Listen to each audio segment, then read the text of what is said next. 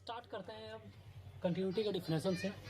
A function is said to be continuous at X equal to A where A is domain of F X if limit X tends to A negative.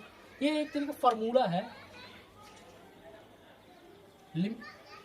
Continuity को दिखाने के लिए कि function हमारा जो F x है, अगर मान लीजिए मैंने आपको पहले बताया था, फंक्शन अगर मान लिया जाए कोई फंक्शन है F X equal to 1 2 X is less than equal to 0 और X is greater than equal to 0।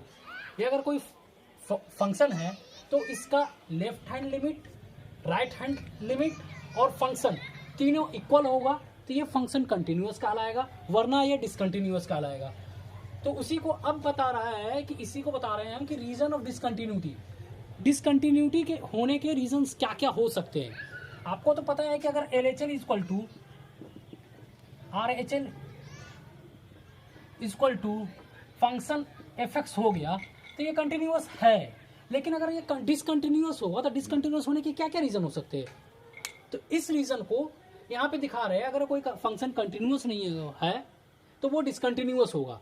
तो वो डिसकंटिन्यूअस होने की क्या क्या पॉसिबिलिटीज हैं उसको हम देखेंगे। पहला पॉइंट इसका ये है कि अगर limit X tends to A negative F X and limit X tends to A positive F X exist तो करे लेकिन दोनों इक्वल नहीं हो, means L H L R H L के इक्वल नहीं हो, तो ये डिसकंटिन्यूअस फंक्शन हो जाएगा।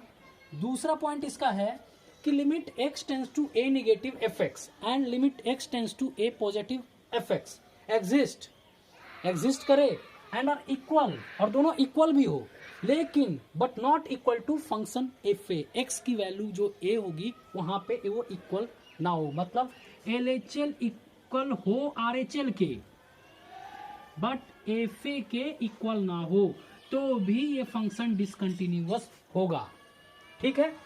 तीसरा पॉइंट है कि F A is not defined. अगर ये सारी चीजें हो और एफ ए ही डिफाइंड नहीं हो, मतलब एफ जो उसका फंक्शन होगा, जैसे इसमें कभी ये डिफाइंड ही नहीं किया हो कि हमें निकालना किस पे है।